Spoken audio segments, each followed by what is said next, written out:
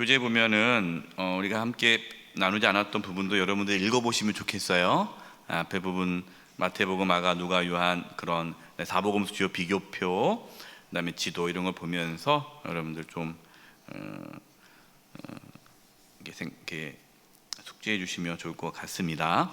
이제 20페이지로 들어가겠습니다. 오늘은 예수님의 탄생에 대해서 말씀을 나눕니다. 먼저 여러분 화면을 좀 봐주시기 바랍니다. 화면을 좀 봐주시면요, 우리가 구약을 다 끝냈고 이제 신약으로 들어가는데 이 흐름을 알아야 됩니다. 이 구약과 신약이 동떨어지지 않아요. 제가 어떤 분을 이제 이야기를 나눴는데 이렇게 얘기하는 거예요. 구약은 옛 언약이고 신약은 새 언약이니까 구약은 필요 없지 않습니까? 이렇게 얘기하시는 분이 계시더라고요.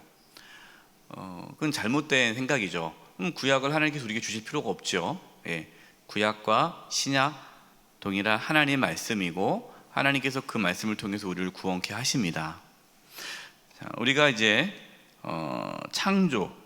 창세기를 통해서 창조를 알게 되었죠. 하나님께서 세상을 창조하셨습니다. 세상을 아름답게 창조하셨어요. 그러면 창조하신 이유가 무엇일까요? 심심해서 하나님이 창조하셨을까요? 그렇지 않죠. 하나님 어떤 목적을 가지고 세상을 창조하셨습니다. 그 창조의 목적은 안식이다라고 늘 말씀을 드렸습니다. 그럼 안식이 뭐냐? 그냥 아무것도 않고 쉬는 게 안식이 아니라 이 안식의 의미는 하나님과의 사귐이다라고 늘 제가 말씀을 드렸죠. 하나님과의 사귐. 하나님은 세상을 창조하신 목적은 하나님과 사귈 수 있도록, 하나님과 교제하도록 하기 위해 그렇게 세상을 창조하셨고, 아담과 하와는 하나님과 사귐 가운데 살았습니다. 그런데 이 안식이 죄로 인해서 잃어버리게 되었습니다. 죄는 뭡니까? 불순종이죠. 하나님의 말씀에 대한 불순종, 이것이 죄예요. 선악을 알게 나무의 가시를 먹지 말라 했을 때 정령 죽으리라 했는데 그것을 먹었단 말이에요. 근데 죽지 않았죠. 근데 하나님께서 말씀하신 그 죽음은 뭡니까? 안식이 깨어지는 거죠. 그래서 죄의 결과는 사망, 죽음이에요. 그럼 죽음은 뭐냐? 단순히 육신의 죽음을 의미하는 것이 아니라 이 죽음은 하나님과의 관계가 깨어지는 것이 죽음이죠. 하나님과의 사귐이 안식이라면 하나님과의 사귐이 없이 하나님과 관계가 단절된 것이 죽음인 거예요. 이것이 이제 우리가 겪게 되는 인생의 고난과 고통과 아픔이죠. 여러분, 이 죽음으로 인해서 우리는 죄의 결과로 인해서 인생이 참 힘들게 살아갑니다. 세상 사람들 그러죠. 살면서 인생은 왜 이렇게 힘든가? 그거는 우리가 죄의 결과로 죽음을 경험하고 있기 때문이죠. 하나님 관계가 깨어졌기 때문에 안식을 누릴 수 없는 거예요. 그래서 우리는 하나님을 만나기까지 참된 안식을 누릴 수가 없습니다. 늘 불안한 거예요. 그래서 인간은 불안한 거예요.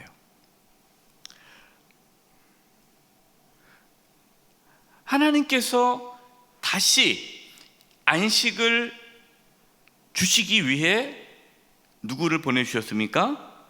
예수 그리스도, 예수님을 보내주셨어요. 그럼 구약은 뭡니까? 구약에 있는 말씀은 이 창조와 안식과 죄로 인해서 죽어가는 이스라엘 백성들, 또 열방에게 내가 메시아, 구원자를 보내주겠다라고 약속하셨고, 또 그 예수 그리스도를 예표하는, 보여주는 그러한 여러 가지 의미들을 말씀해 주신 거죠. 드디어 이제 예수님께서 이 땅에 오셨습니다. 여러분, 예수님께서 이 땅에 오셔서 하신 것이 무엇일까요? 새 창조입니다. 창조를 했잖아요. 예수님이 오심으로 새로운 창조가 된 거예요. 여러분 여기 한번 쓰세요. 교재에다가 계시록 21장 5절입니다. 계시록 21장 5절에 이런 말씀이 있어요. 보좌에 앉으신 이가 이르시되 보라 내가 만물을 새롭게 하노라. 만물을 새롭게 하노라. 다시 새롭게 창조하는 거예요. 또 하나 쓰세요, 여러분. 고린도 후서 5장 17절. 그런즉 누구든지 그리스도 안에 있으면 새로운 피조물이라. 이전 것들은 지나갔으니 보라 새 것이 되었도다. 새로운 피조물이라. 여러분 예수님 안에 있을 때 새 창조가 일어나는 거예요. 그래서 그 사람이 어떠한 사람이든, 그 사람이 어떠한 삶을 살았든 예수님을 믿으면, 예수님을 만나면 새로운 창조가 되는 거예요. 이전 것은 지나갔으니 보라 새 것이 되었도다. 여러분 새 것이 되었습니다. 그럼 어떻게 됩니까? 원래 하나님이 창조한 그 목적이 뭐예요? 안식이잖아요. 안식. 그래서 예수님을 믿으면 새로운 피조물이 되고 안식을 누릴 수가 있게 된 거죠. 예수님을 통해서 안식이 우리 안에 들어오게 되었습니다. 안식이 뭡니까? 하나님과 사귐이잖아요. 그래서 우리는 원래 하나님과의 사귐이 없었는데 죄로 인해서 다시 하나님과 사귈 수 있게 된 거죠. 그것을 어려운 말로 구원이라고 합니다. 구원. 여러분 구원이라는 단어는요 회복이에요. 구원이라는 것은요 원래 있는 상태로 돌아가는 게 구원이에요. 그러면 우리가 구원받았다라는 것은 원래 하나님께서 우리를 하나님의 형상으로 창조하셨고 하나님과의 사귐 가운데 안식을 누리며 살도록 하셨는데 죄로 인해서 그것을 깨져버렸잖아요. 잊어버렸잖아요. 다시 그 하나님과의 관계가 회복되는 것, 이것을 구원이라고 그러죠. 그래서 구원을 하나님과의 관계 회복이라는 말로 쓰는 겁니다. 그럼 제가 물어보는 거죠. 여러분 구원 받으셨습니까? 라고 했을 때 여러분들은 어떤 생각을 해야 돼요? 아, 내가 예수님을 믿어. 다시 내가 새롭게 창조되어 새로운 피조물이 되어서 하나님과의 관계가 회복되었다라는 것을 믿느냐는 거예요. 여러분 예수님을 믿음으로 하나님과의 관계가 회복되었음을 믿으시기 바랍니다. 이것이 구원의 확신이에요. 이게 구원의 확신. 구원의 확신이라는 것은 내가 죽으면 천국 간다는 게 구원의 확신이 아니에요. 내가 죽으면 천국 간다. 여러분 그것은 구원의 확신이 아닙니다. 죽어서 천국 못 가면 어떡하려고 그래요? 내가 죽으면 천국 간다라는 그 생각이 천국을 이끌어주는 게 아니라 예수님을 믿음으로 내가 죄사함을 받고, 왜 죄가 있으면은 죽음이니까 다시 하나님의 형상이 회복되어 하나님의 자녀가 된 거죠. 그래서 하나님과의 사귐이 있게 된 것, 여러분은 이것을 믿는 거예요. 이게 구원입니다. 그럼 이렇게 우리가 안식, 예수님을 믿고 안식을 얻게 된 거죠. 그러면 여러분 신앙생활에서 중요한 게 뭘까요? 신앙생활에서 중요한 거, 우리가 예수님 믿고 안식을 누려야 되잖아요. 그러니까 실제로 우리는 예수님을 믿고 예수님 안에서 참된 평안과 기쁨과 안식을 누려야 되는데 그 안식이 하나님과의 사귐 가운데 이루어진다는 거예요. 그럼 신앙생활에서 중요한 게 뭐냐? 그것은 하나님과의 사귐이죠. 교제죠. 우리가 예배 드릴 때에, 우리가 기도할 때에, 우리가 하나님의 일을 할 때에 그 모든 관계 그 속에서 하나님과의 사귐, 만남, 교제, 하나님의 임재, 친밀함, 이것이 있어야 우리의 신앙은 바른 길을 걸어가는 거예요. 그런데 하나님과의 만남이 없어요. 교제가 없어요. 친밀함이 없어요. 그저 습관에 따라 형식에 따라 교회 나와 예배하고 봉사하고 기도하고 그런 것들을 뭐라고 하느냐? 외식이라는 거예요. 외식. 외식. 겉은 멀쩡하지만 속이 없는 거예요. 신앙의 본질은 예수님을 믿어 죄사함 받고 하나님 관계가 회복되어져 참된 안식을 누리는 거예요. 자, 우리는 안식을 누립니다. 그러면 예수님께서 수고하고 무거운 짐진 자들아 다 내게로 오라 내가 너희를 쉬게 하리라 할 때 그 쉼이 뭐예요? 안식이죠. 이런 걸 우리가 누릴 수 있어야 돼요. 근데 예수님 믿는데 맨날 죽겠네 그러면 그분은 이게 뭔가 이상한 거예요. 예수 믿고 죽겠네 할 수가 없어요. 비록 육신은 죽어가도 내 상황은 죽어가도 예수 믿지 않는 사람들은 야 어떻게 당신 그렇게 살아갈 수 있느냐 나 같으면 벌써 죽었다라고 말을 해도 예수 믿는 사람들은 세상에 줄 수 없는 평안함과 기쁨과 감사가 넘치는 거예요. 여러분 그것은 내가 그렇게 해야지가 아니라 예수님을 믿으면 하나님 관계가 회복되었기 때문에 하나님 안에서 그것을 누릴 수 있는 겁니다. 여러분 이것이 우리 그리스도인들이 누리는 하나님의 축복 은혜이죠. 자, 그러면 이 안식이라는 것을 우리는 이 땅에서 지금 현재 누려야 된다는 거예요. 이것이 지난 사경회에서도 말씀을 드렸던 천국의 삶이죠. 여러분 우리 그리스도인들은 지금 천국을 누려야 돼요. 예수님께서 말씀하셨어요. 하나님의 나라가 여기 있다 저기 있다 할 것이 아니라 이미 너희 안에 있느니라 그랬잖아요. 여러분 우리는 이미 하나님의 나라 안에 들어와 있어요. 하나님의 나라라는 것은 천국이죠. 천국이라는 것은 하나님과의 관계가 회복된 상태를 천국이라고 말하는 거예요. 그래서 우리는 이미 지금 현재 하나님과의 관계가 회복되어져 천국의 삶을 살아야 됩니다. 그래서 초막이나 궁궐이나 내 주 예수 모신 곳이 그 어디나 하늘나라. 여러분 그 찬양을 우리는 부를 수 있어야 돼요. 현재예요. 이런 분들이 있어요. 죄 많은 이 세상 내 마음 둘 곳 없고 이 세상에서 나는 이미 포기고 어쩔 수 없이 이 세상은 그냥 고통밖에 없고 기쁨을 누릴 수 없고 빨리 내가 세상 떠나야지. 이 원수 같은 세상 빨리 떠나야지. 천국을 바라보면서 지금의 내 삶을 부정하고 가치 없게 여기면 안 되는 거예요. 그것은 잘못된 신앙이에요. 우리는 예전에 그렇게 배웠어요. 이 세상에 마음을 두지 말아라. 세상은 다 썩어질 것들이다. 물론 그 표현도 있어요. 그러나 그것을 잘못 오해하면 지금 나의 삶을 부정하고 지금 나의 삶은 다 쓸모없는 거고 그냥 천국만 미래 생각한다는 거예요. 그렇지 않다는 거예요. 여러분 우리는 현재 지금 천국을 경험하면서 안식을 누려야 되고 두 번째 미래 실제로 또 우리가 앞으로 들어갈 천국이 있죠. 영원한 하나님의 나라 그건 완전한 하나님의 나라가 이루어질 겁니다.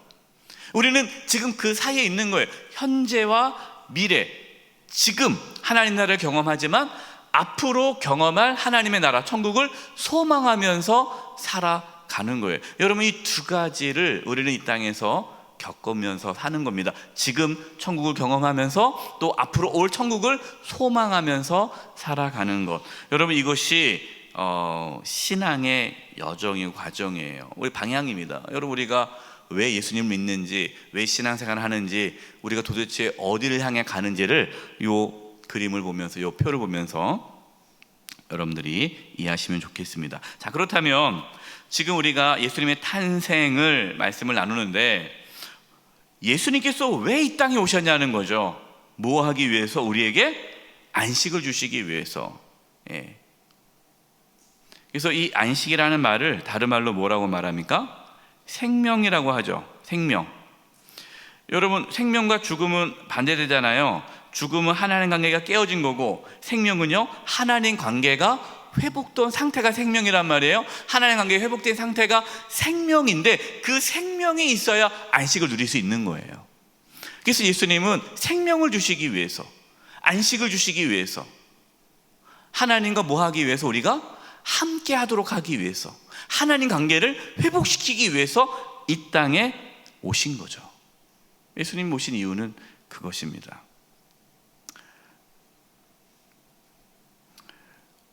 여러분, 이것을 아는 게 중요한 것이 아니라 실제로 저와 여러분이 예수님을 믿어 새로운 피조물로 살아가야 돼요. 혹시 여러분 중에 목사님, 저는 예수님을 믿는데 여전히 마음에 평안함이 없어요. 늘 불안함이 있고요, 두려움이 있고요, 막 분노가 있고요, 안식을 못 누려요 라고 말씀하시는 분이 있으면 빨리 우리 교구 담당 목사님과 신앙 상담을 통해서 예수님을 믿으셔야 돼요. 예수님을 진짜 믿어야 우리 안에 참된 안식이 들어오는 겁니다. 자, 이제 들어가 보겠습니다. 1번, 찾아오신 하나님. 참 읽어보겠습니다. 시작. 하나님께서 우리와 함께 하시기 위해 우리에게 찾아오셨습니다. 우리가 하나님을 찾아간 것이 아니라 하나님께서 우리를 구원하기 위해 찾아오셨다는 것은 가장 놀랍고도 위대한 사건입니다. 하나님이 찾아오신 거예요. 우리가 찾아간 게 아니죠. 하나님이 세상을 창조하셨죠. 하나님이 세상을 창조하신 것도 하나님이 찾아오신 거잖아요. 그리고 다 인간의 죄로 인해서 망가진 세상을 다시 하나님을 회복하기 위해서 또 이 땅에 오셨습니다. 요한복음 말씀을 이제 보는데요. 여러분, 요한복음 제가 묵상 범위를 이렇게 해놨는데, 마태, 마가, 누가는 사실적인 어떤 사건을 위주로 기록했다면 요한복음은 신학적인 내용을 기록했다라고 말씀을 드렸습니다. 그 말은, 신학적이라는 말은 예수님께서 이 땅에 오신 그 사건을 마태, 마가, 누가는 그냥 눈에 보이는 그 사건대로 기술했다면, 요한복음은 그 예수님이 이 땅에 오신 그 이유와 목적과 예수님께서 오신 것이 어떠한 의미인지를 설명해 놓았다는 거예요. 그러니까 요한복음은 좀 더 예수님이 이 땅에 오신 그 의미를 더 정확하게 알 수 있죠. 그래서 1번 말씀에 이렇게 나옵니다. 말씀이 육신이 되어 오셨다. 말씀이 육신이 되어 오셨다. 그러니까 예수님께서 이 땅에 오신 것은 말씀이 육신이 되어 오신 하나님이라는 거죠. 요한복음 1장 1절 보겠습니다. 제가 읽을게요. 여러분 교재에 있어요. 태초에 말씀이 계시니라. 이 말씀이 하나님과 함께 계셨으니 이 말씀은 곧 하나님이시라.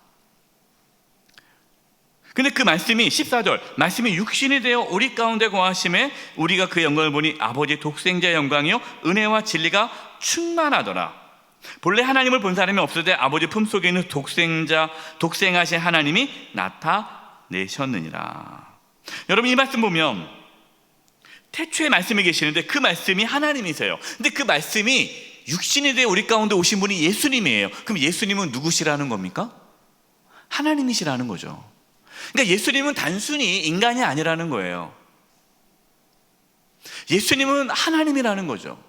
근데 그 예수님이 태초에 계셨고, 태초에 무엇을 하셨습니까? 우리가 함께 읽지 않았는데, 여러분 요한복음 1장 3절, 여러분은 지금 이 묵상 범위 다 읽어 오셨죠? 다 읽어 오신 걸 전제해서 말씀을 하는 겁니다. 여러분 읽어 오셔야 말씀을 들을 때 금방금방 이해가 돼요. 요한복음 1장 3절에 이런 말씀이 있어요. 만물이 그로 말미암아, 예수님으로 말미암아 지은 바 되었으니 지은 것이 하나도 그가 없이는 된 것이 없느니라. 참 놀라운 말씀을 해요. 무슨 말씀이냐? 예수님이 이 땅에 태어나신 그 예수님이 인간이 아니라 하나님이신데, 태초에 계신 하나님이신데 그 예수님이 뭐 하셨다?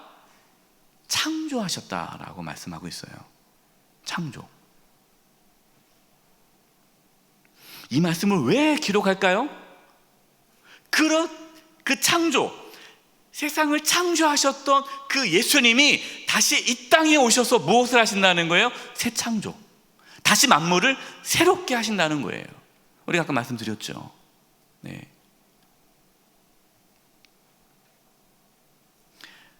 그래서 말씀이 육신이 되어 이 땅에 오신 분이 예수님인데 그것이 우리에게는 엄청난 큰 사건인 거죠. 왜? 다시 세상을 새롭게 하기 위해서 예수님이 오신 겁니다. 그래서 예수님은 창조자시잖아요. 예수님은 세상을 창조하실 때 성부, 성자, 성령 하나님이 세상을 창조하셨기 때문에 여러분, 예수님 이 땅에 오셔서 죽은 자를 살리고, 눈먼 자를 눈 낫게 하고, 모든 병든 자를 고치는 거, 그게 전혀 어렵지가 않은 거죠. 왜? 창조주시니까. 예수님은 그런 것이 다 모든 이적이 가능한 거죠.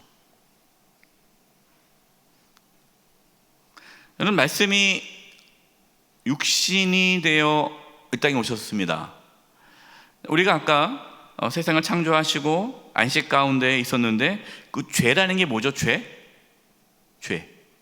하나님 말씀에 불순종이 죄잖아요.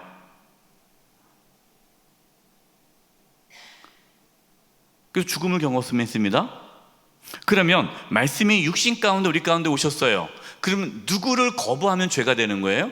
말씀이신 예수님을 거부하면, 불순종하면 이게 죽는 거예요.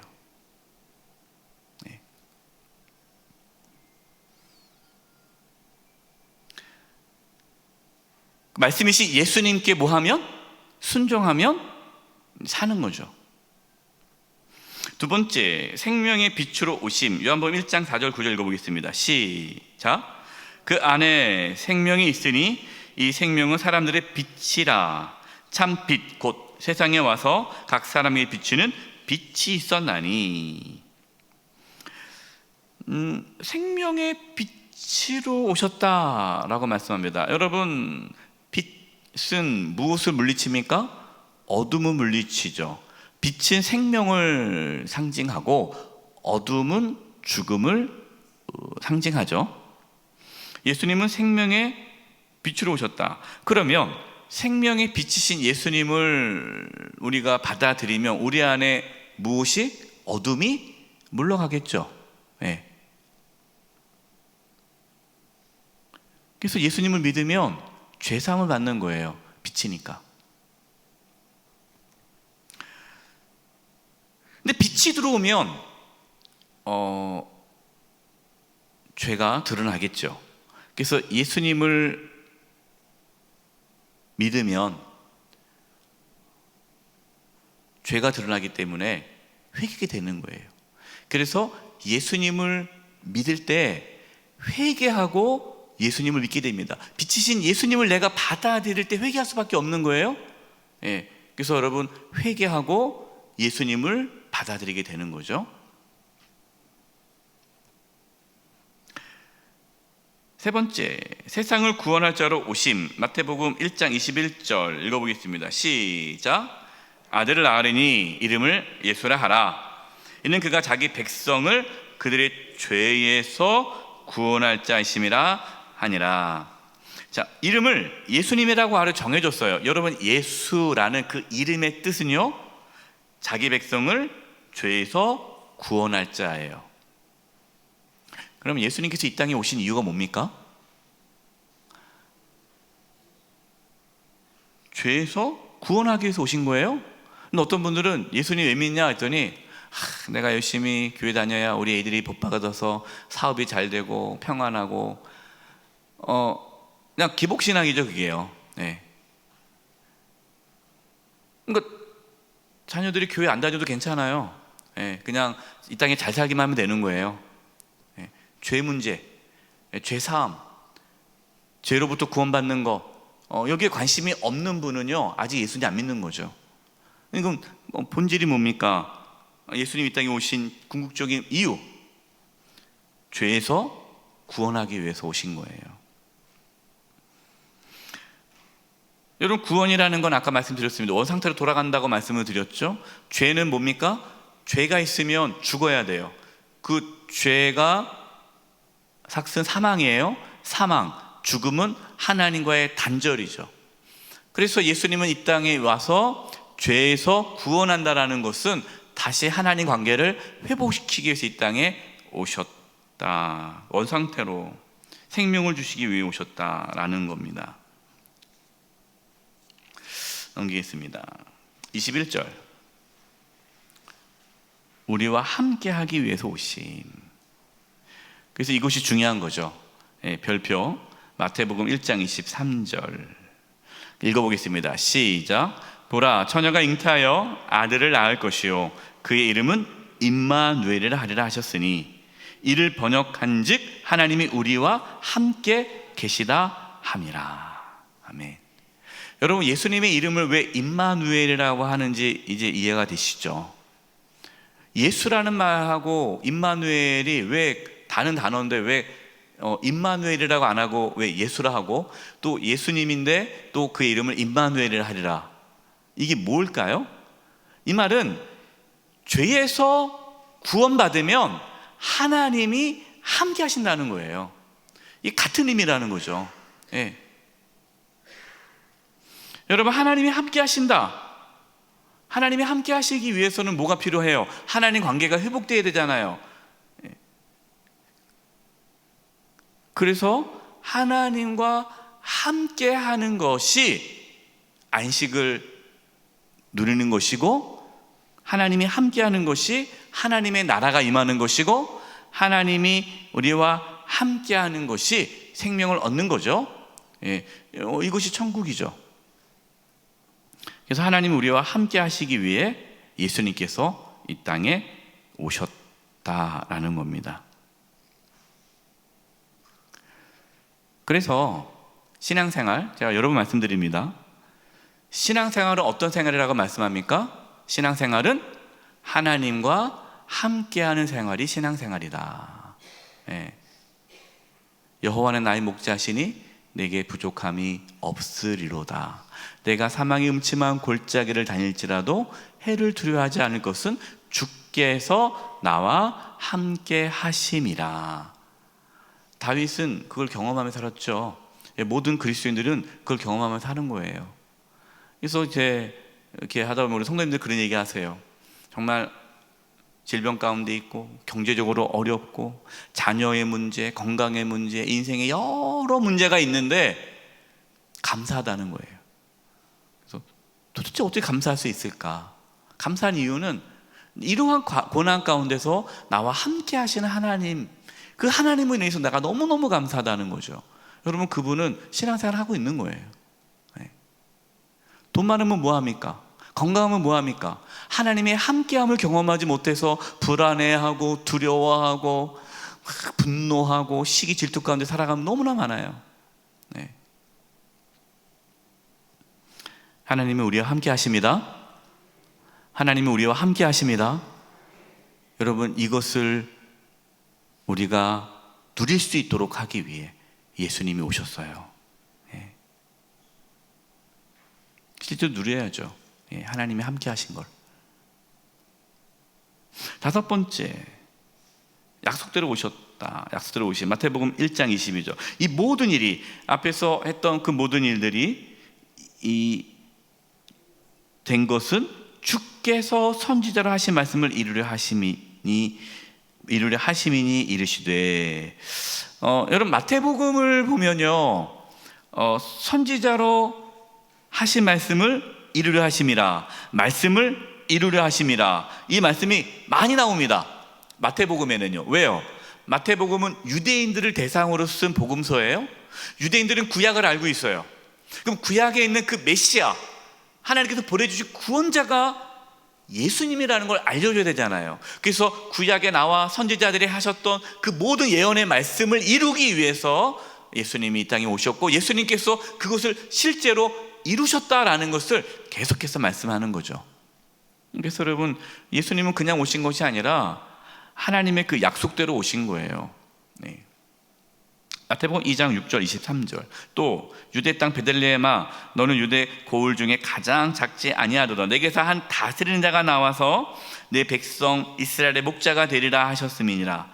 나사렛이라는 동네에 가서 사니 이는 선지자하신 말씀에 나사렛 사람이라 칭하리라 하심을 이루려 함이로라. 여러분, 원래 예수님은 출신이 고향이 어디입니까? 나사렛이죠. 여러분, 요셉과 마리아는 나사렛 사람들이에요. 나사렛입니다. 나사렛. 그런데 나사렛이 사람들이지만 예수님은 베들레헴에서 태어났어요. 왜 그러죠? 호적 때문에. 그 황제가 세금을 많이 걷기 위해서 호적을 다 하라는 거예요. 그러면 지금 요셉과 마리아의 진짜 본적은 어디입니까? 베들레헴이에요. 왜요? 다윗의 후손이니까. 다윗이 베들레헴 출신이기 때문에 그 다윗의 후손들의 본적은 다 베들레헴이에요. 그런데 요셉과 마리아는 어디 살고 있어요? 나사렛에 살고 있어요. 네. 여러분, 우리가 똑같잖아요. 우리도 본적과 실제 태어난 곳이 다르잖아요. 네. 본적은 부모님이 이렇게 있는 곳이 본적이고, 또 우리가 태어난 곳은 또 다르잖아요. 네. 살던 데는. 이거 마찬가지예요. 그러니까 원래 예수님은 나사렛에서 태어나야 되고 나사렛에서 자라야 되는데 호적 때문에 베들레헴에서 태어났다. 왜? 다윗의 자손이니까. 마리아도 그렇고 요셉도 그렇고. 그러니까 예수님께서 다윗의 후손으로 오신 거잖아요. 예. 그래서 베들레헴에서 호적하기 위해서 태어난 거예요. 태어났지만 태어나고 그리고 피신하죠. 어디로 피신합니까? 애굽으로. 왜요?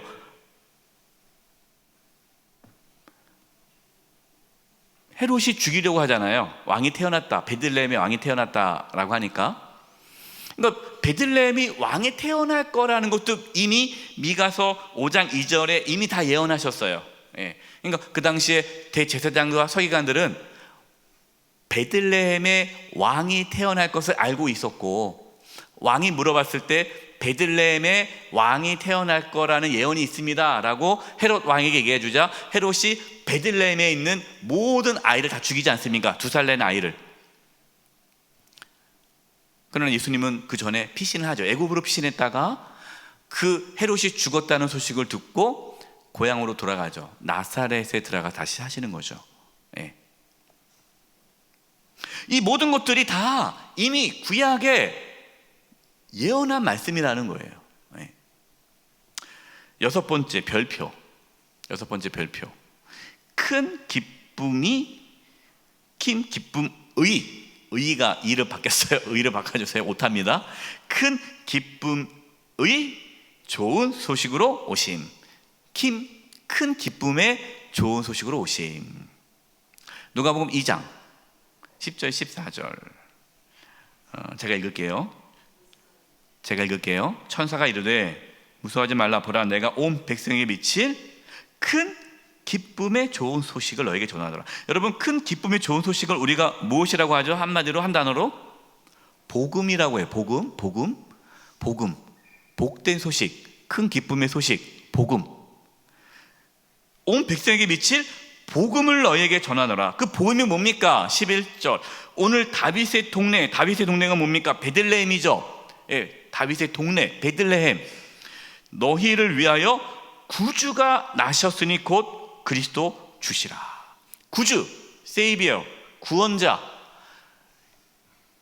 나타났다는 거예요. 이게 가장 큰 기쁜 소식이에요. 여러분, 하나님이 창조하셨고 안식을 누리게 했는데 죄로 인해서 그 안식이 깨어져서 그때부터 인간은 하나님과 관계가 깨어진 상태로 살게 된 거죠. 이것을 다시 회복시키기 위해서 예수님이 이 땅에 오신 거예요. 여러분, 이거보다 더 큰 소식이 어디 있겠어요? 12절.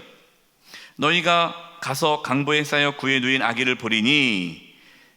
이것은 지금 천사가 목자들에게 주신 말씀이죠. 목자. 이것이 너에게 표적이라 하더니 호련히 수많은 천군이 그 천사와 함께 하나님을 찬송해 이르되 지극히 높은 곳에서는 하나님께 영광이요 땅에서는 하나님이 기뻐하시는 사람들 중에 뭐로다? 평화로다. 왜 땅에서 하나님이 기뻐하시는 사람들 중에 평화일까요? 평화가 무슨 말일까요? 평화를 샬롬이죠. 샬롬. 이 샬롬이 안식이에요. 여러분, 이 샬롬은 완전한 상태, 전혀 부족함이 없는 상태, 온전한 상태가 샬롬이거든요. 이게 안식입니다. 하나님 안에서 누릴 수 있는 안식. 여러분, 우리가 안식할 때에 이 샬롬을 경험하는 거예요. 평화를 경험하는 거예요. 그래서 예수님이 다 부활하자마자 제자들에게 하신 말씀이 뭡니까? 평강이 너에게 있을지어다. 평강, 샬롬, 안식. 근데 이 땅에서는요, 모든 사람이 평화를 누리는 게 아니에요. 누구만 평화를 누립니까? 하나님이 기뻐하시는 사람들 중에 평화로다.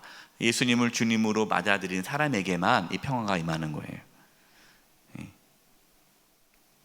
이렇게 여러분, 이것을 이루기 위해서 예수님이 이 땅에 오신 거다라는 것을 우리는 알아야 됩니다. 근데 예수님이 오셨습니다. 예수님이 오셨는데 모든 사람이 다 예수님을 받아들이는 게 아니에요. 거부하죠. 하나님 거부하는 사람들. 1번 어둠에 속한 사람들. 요한복음 1장 5절 10절 11절 읽어보겠습니다. 시작. 빛이 어둠에 비치되 어둠이 깨닫지 못하더라. 그가 세상에 계셨으며 세상은 그로 말미암아 지은 바 되었으되 세상이 그를 알지 못하였고 자기 땅에 오매 자기 백성이 영접하지 아니하였으나. 여러분, 하나님께서는요, 억지로 안식을 주시지 않아요. 아담과 하와가 선악을 알게 나무의 가시를 먹지 말라라고 한 것도 본인이 선택할 수 있는 선택권을 준 거죠. 그걸 어려운 말로 자유의지라고 합니다. 스스로 내가 선택할 수 있는 거예요. 예수님이 이 땅에 오셨지만 그를 선택은 내가 하는 거죠. 내가 예수님을 믿을 걸 선택하든지 믿지 않기를 선택하든지, 그것은 우리에게 달려 있는 거예요. 끊임없이 하나님께서 우리에게 말씀하시죠. 또 우리를 통해서 세상 사람들에게 끊임없이 얘기합니다. 제가 예수님 믿기 전까지 하나님께서는 끊임없이 저를 부르셨어요. 그러나 제가 끊임없이 거부했죠. 근데 어느 날 그 하나님의 부르심에 제가 응답하게 된 거죠. 아, 정말 하나님 계실까? 정말 하나님 계시다면 나도 한번 만나보고 싶다. 그 마음을 내가 탁 열고 하나님을 받아들이기를 결심한 거죠.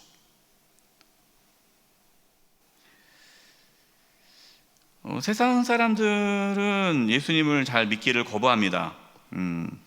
이제 어둠이기 때문에. 예. 가만히 보면요, 예수님을 믿기를 좀 부담스러워한 이유가 내 마음대로 못 살 것 같아서 그렇잖아요. 예, 이 어둠이기 때문에 그렇습니다. 이 빛이 오면 어둠이 물러나는데 그 어둠 물러나는 게 싫은 거예요. 지금 내가 손해 보는 것 같아요. 막상 어둠이 올라가면 그만큼 너무 좋은데 그걸 경험하지 못한 분들은 어둠이 물러가는 것이 싫습니다. 예, 내 마음대로 못 사는 거.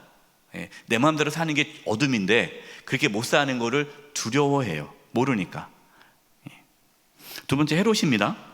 마태복음 2장 13절. 그들이 떠난 후에 주의 사자가 요셉에게 현몽하여 이르되 헤롯이 아기를 찾아 죽이려 하니 일어나 아기와 그의 어머니를 데리고 애굽으로 피하여 내가 내게 이르기까지 거기에 있으라 하시니.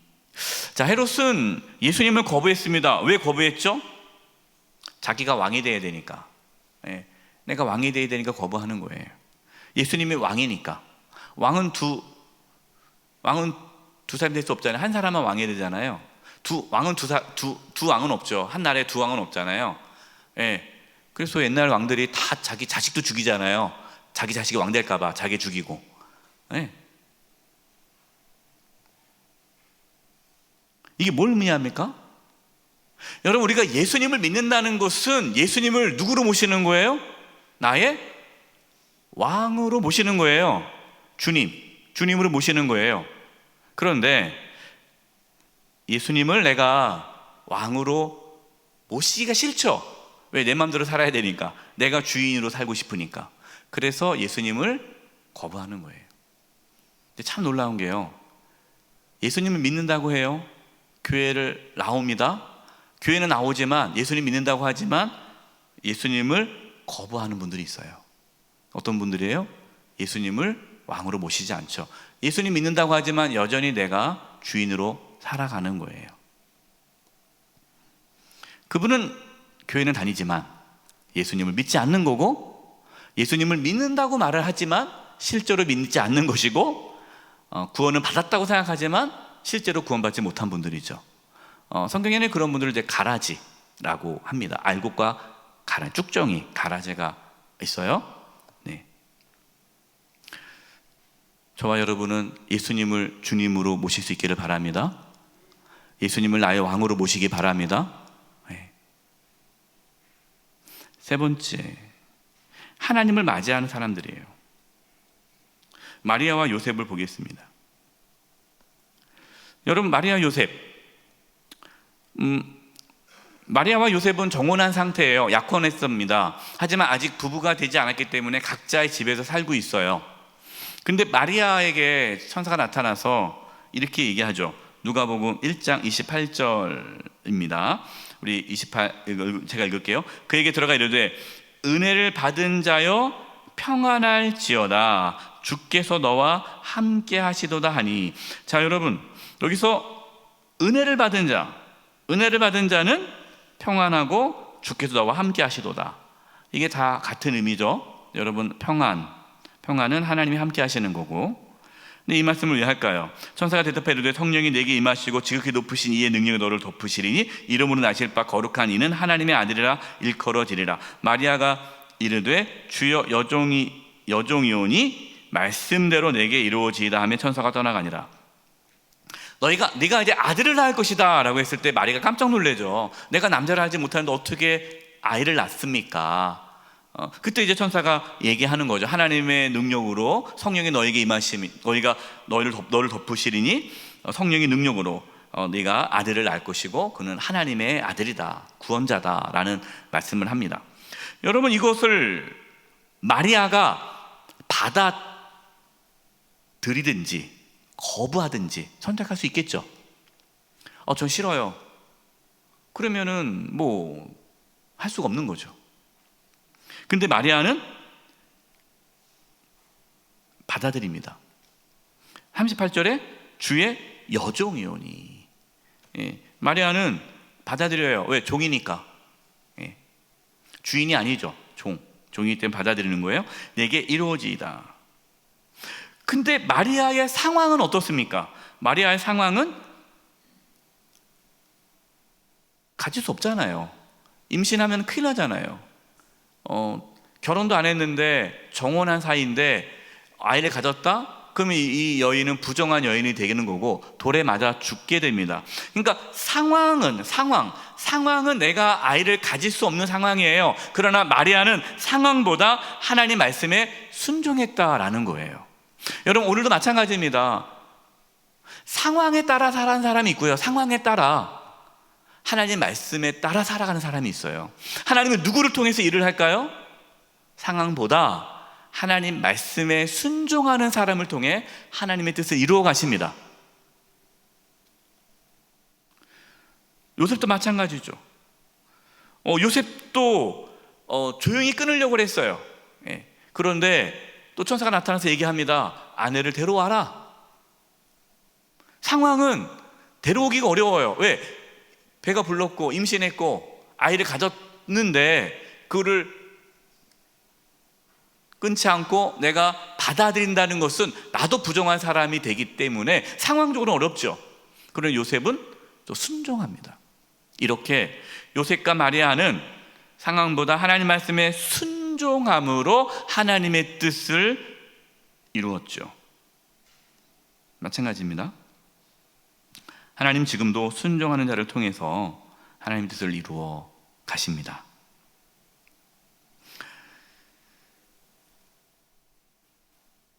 마리아가 내가 아이를 갖지 못하는데 어떻게 아이를 가질 수 있습니까? 라고 했을 때에 천사가 이렇게 얘기했어요. 누가복음 1장 37절입니다. 하나님의 모든 말씀은 능하지 못하심이 없느니라. 하나님의 모든 말씀 능하지 못하심이 없느니라. 여러분, 우리는 하나님 말씀 붙잡고 사는 거예요. 네. 두 번째, 동방으로부터 온 박사들입니다. 마태복음 2장 21절, 집에 들어가 아기와 그의 어머니 마리아가 함께 있는 것을 보고 엎드려 아기에게 경배하고 보배압을 열어 황금과 유황과 모략을 예물로 드리니라. 동방으로부터 온 박사가 누군지 정확히 몰라요. 몇 명인지도 모릅니다. 그냥 전세계 예매 3명이라고 해요. 왜냐면 물건이 3개 갖고 왔으니까, 선물 3개니까 하나씩 갖고 왔겠지 하지만 그것도 정확하지가 않아요. 누군지도 몰라요.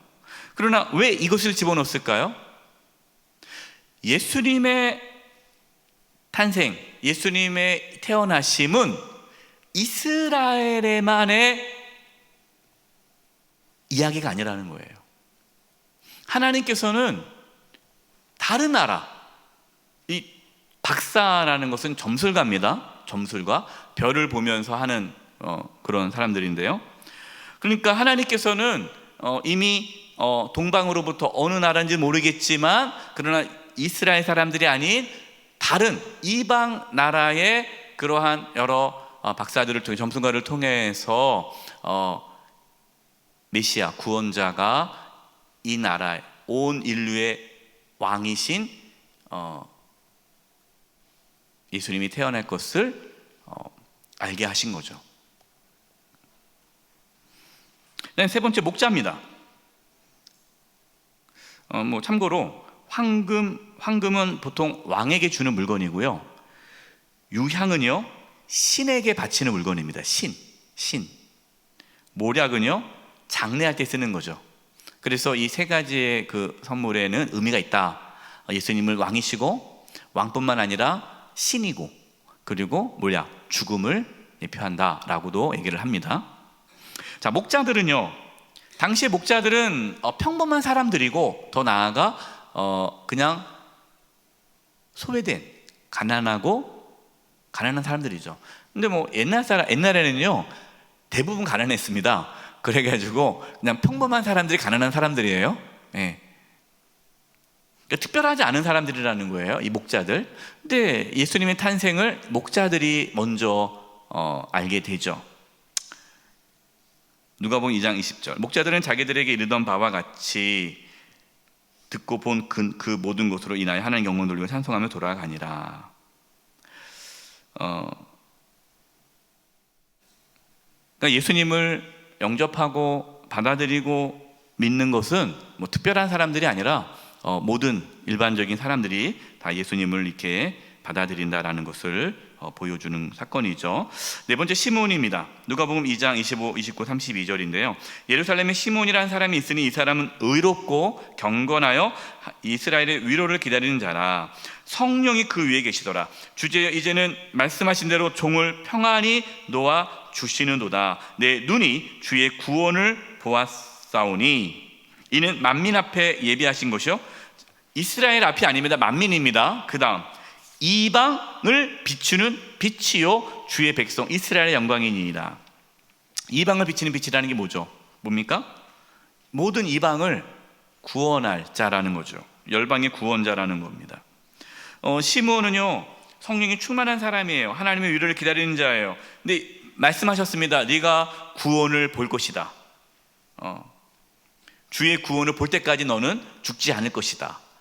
그리고 그 노년에 이제 아기 예수님을 보면서 이제야 내가 드디어 주의 구원을 보았군요. 이제 나를 평안히 놓아 주신도다.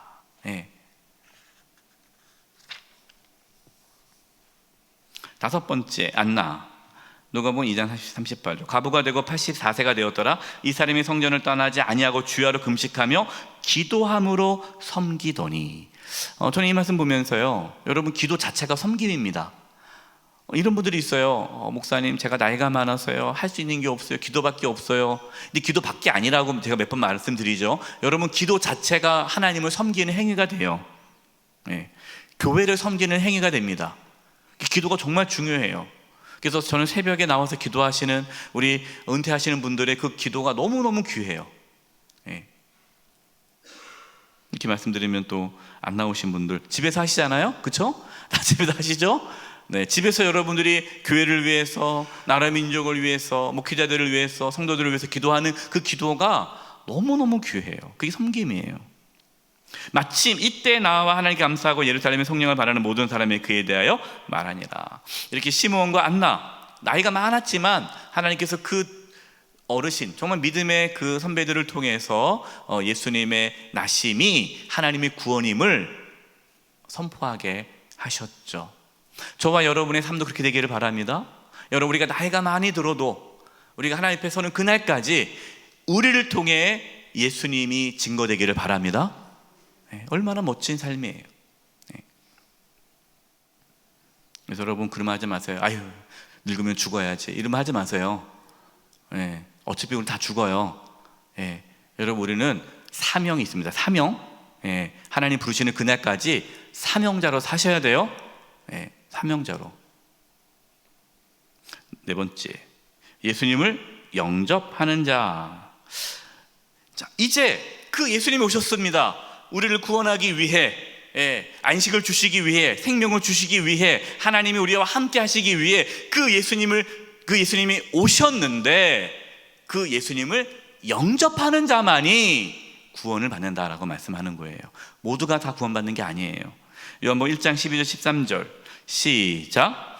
영접하는 자, 곧 그 이름을 믿는 자들에게는 하나님의 자녀가 되는 권세를 주셨으니 이는 혈통으로나 육정으로나 사람의 뜻으로 나지 아니하고 오직 하나님께로부터 난 자들이라. 아멘. 영접하는 자, 예수님을 영접한다는 게 뭘까요? 그의 이름을 믿는 거예요. 예수님의 이름을 믿는 거예요. 그럼 예수님의 이름이 뭡니까? 여러분, 예수라는 그 이름의 뜻이 뭐예요? 죄에서 구원할 자. 그럼 예수님의 이름을 믿는다는 게 뭡니까? 나사렛 예수, 2000년 전에 이 땅에 오셨던 그 예수님이 우리의 죄를 구원하기 위해 오신 구원자라는 것을 믿을 때에 하나님의 자녀가 되는 권세를 얻게 된다는 거예요. 여러분, 하나님의 자녀라는 표현이 뭘까요? 왜 하나님의 자녀라는 표현을 썼을까요? 여러분, 자녀는 부모와 자녀의 관계가 끊어집니까? 끊어지지 않습니까? 끊어지지 않는 거잖아요. 하나님의 자녀가 되었다는 것은 하나님과의 관계가 회복되었을 뿐만 아니라 그 하나님과 관계가 끊어지지 않는 자가 된다는 거예요. 저와 여러분은 하나님의 자녀입니다. 우리는 하나님 관계가 회복되었어요. 하나님과 함께 하십니다. 하나님 우리와 함께 하십니다. 그러한 삶이 됐다는 거예요. 그래서 하나님의 자녀가 되는 권세를 주셨다는 것은 우리에게 이미 이제는 예수님 믿음으로 하나님이 함께 하시게 되었고, 안식을 얻게 되었고, 생명을 얻게 되었다. 이 땅에서 하나님의 자녀로서 누릴 수 있는 게 뭡니까? 천국을 경험하며 살다가 또 실제 정말 우리가 궁극적으로 영원히 가야 할 천국에 들어가게 된다는 것이죠. 이것이 구원이죠. 그래서 예수님을 믿을 때 구원받는다라는 말이 그 말이에요. 단순히 예수 믿고 구원받는다는 말이 예수 믿고 천국 가세요, 그 차원이 아닙니다. 예수님 믿고 하나님의 관계가 회복되어져 이 땅에서 하나님의 자녀로서 천국을 경험하다가 천국에 들어가는 거예요. 이것이 구원이에요. 다섯 번째, 예수님의 족보를 보겠습니다. 여러분, 마태복음과 누가복음의 족보가 좀 다르죠. 2번 볼까요? 2번부터 볼게요. 마태복음에 예수님의 족보 보면요, 아브라함과 다윗의 자손 예수 그리스도의 계보라 하면서 아브라함과 다윗의 자손으로부터 시작해서 족보가 나옵니다. 왜 그럴까요? 마태복음은 유대인들을 위해서 쓰여진 복음서를 했잖아요. 유대인들에게 관심이 뭡니까? 아브라함의 그 약속, 다윗의 약속, 다윗의 자손, 그 다윗의 자손을 통해 메시아 그리스도가 나온다는 것을 믿고 있었기 때문에 예수님의 족보가 아브라함으로부터 시작돼서 다윗의 자손으로 나오는 거예요. 이거를 보여주는 거죠. 그런데 거기 안에 누가 들어갑니까? 여성이 들어가요. 여성이 들어가는데 특별히 다말, 라합, 루시라는 여성이 들어가죠. 물론 솔로몬의 이제 다윗의 아내 바세바는 우리아의 아내라는 단어가 들어가는데 총 4명의 여인이 나옵니다. 물론 마리아까지 포함해 5명의 족보가 나오는데, 여러분, 다말이 유다의 며느리잖아요. 그런데 알다시피 유다가 아들이 다 없어서 이 자부, 며느리가 시아버지를 통해서 아이를 갖지 않습니까? 상당히 어떻게 보면은 부도덕해 보이고 아름답지 못한 모습인데도 불구하고 다말의 이름이 들어가고요. 여러분, 라합은 누굽니까? 기생이죠. 기생 라합, 여리고성에 있었던 기생 라합, 이방 여인이고 기생이었어요. 근데 족보에 들어가요. 룻은요, 모압 여인이잖아요. 모압 여인, 이방 여인. 그러니까 이것은 뭐냐면요, 하나님의 구원의 계획을 이뤄가는 데 있어서 사람의 신분이나 출신, 이게 중요하지 않다는 거예요. 예. 여러분, 하나님은요 누구를 들어서도 다 사용하십니다. 예. 그렇기 때문에 여러분, 누구를 만나도 그 사람을 무시하면 안 돼요. 예. 여러분의 자녀를 존중하시기 바랍니다. 예. 세 번째, 누가복음의 예수님의 족보는요, 여러분, 누가복음은 이방인을 위해서 기록된 복음서예요. 이방인. 그러면 아브라함부터 시작돼 버리면은 이방인들은 아브라함의 후손이 아니니까 이거 뭐 전혀 구원받을 수 없는 거잖아요. 그래서 누가복음의 족보는 어떻게 됩니까? 예수님부터 시작해가지고 거꾸로 올라갑니다. 올라가서 어디까지 올라가요? 하나님까지 올라가는 거예요. 그래서 누가복음 3장 48절, 그 위에는 에노스요, 그 위에는 셋이요, 그 위는 아담이요, 그 위는 하나님이시라. 그래서 하나님으로부터 예수님이 오시는 거예요. 그래서 모든 열방을 구원할 자로 말씀하는 겁니다. 마지막 여섯 번째, 예수님 어린 시절입니다. 여러분, 예수님 어린 시절 보면요, 40절, 아기가 자라며 강하여지고 지혜가 충만하며 하나님의 은혜가 그 위에 있더라. 보세요, 예수님이 육체적으로도 정신적으로도 영적으로도 건강하셨다라는 겁니다. 여러분, 이것이 중요한 겁니다. 여러분, 우리 그리스도인들은요, 육체적, 정신적, 영적인 건강을 위해서 잘 해야 돼요. 영적인 것만 생각하면 안 됩니다. 이것이 이분법적인 신앙이죠. 이원론적인 신앙. 육체는 악하고 영은 거룩하고, 세상은 악하고 교회는 거룩하고, 성과 속, 이걸 자꾸만 구분하면서 이렇게 몸 이런 것들을 이렇게 막 함부로 하시는 분들이 그러면 안 됩니다. 여러분의 몸을 잘 다스려야 되고, 잘 맛있는 것도 드시고 건강한 것도 드시고 운동도 잘 하시고 또 즐겁게 사시고, 정신적인 것도 중요하니까 스트레스 받는 일 하지 마시고, 나를 스트레스 주는 사람이 있으면 만나지 마시고, 나를 기쁘게 해준 사람 만나고, 이렇게 하면서 정신적으로도 여러분 유쾌하게 살아야 돼요. 그리고 영적으로도. 그래서 육체적, 정신적, 영적으로 강건해지기를 여러분도 바랍니다. 자, 9절에 보니 예수께서 이르시되 어찌하여 나를 찾으셨나이까? 내가 아버지 집에 있어야 할 줄 알지 못하셨나이까? 하시니 예수가 함께 내려가서 나사렛에 이르러 순종하여 받드시더라. 여러분, 예수님은 어린 시절에 부모님을 잘 모셨어요. 순종하며 사셨습니다. 그러면서 52절, 예수는 지혜와 키가 자라가며, 지혜 정신적, 키가 자라가며 육체적, 하나님과 사람에게 더욱 사랑스러워 가시더라 영적. 이렇게 예수님은 건강하게 잘 성장하셨듯이 여러분, 우리의 신앙도 마찬가지예요. 그래서 우리의 신앙이 그렇게 막 세상과 이렇게 등을 지고 하면 안 되고, 건강한 성도는요, 세상 속에서 하나님의 자녀로 세상 사람들과 함께 잘 어울리면서 그들에게 선한 영향력이 끼치며 살아가는 겁니다. 정치, 경제, 사회, 문화 모든 영역에서 하나님의 통치와 다스림을 받으며 살아가는 거예요. 그래서 우리 그리스도인들은 돈에 대해서도 관심이 많아야 돼요.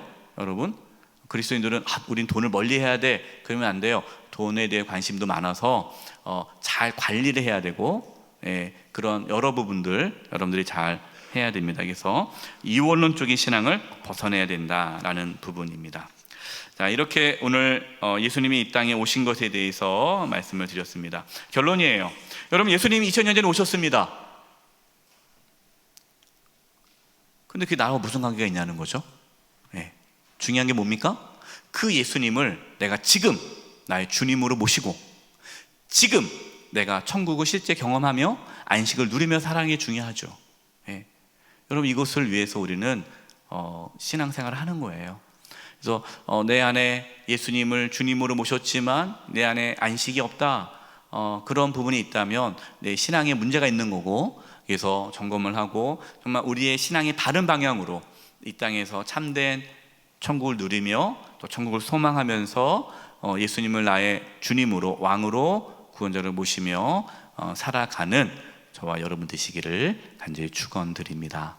우리 합심해서 기도하겠습니다. 기도할 것은 우리를 구원하기 위해 이 땅에 오신 예수님, 그 예수님을 내가 마음의 중심에 다시 모시기 원합니다. 예수님, 나를 다스려 주시옵소서.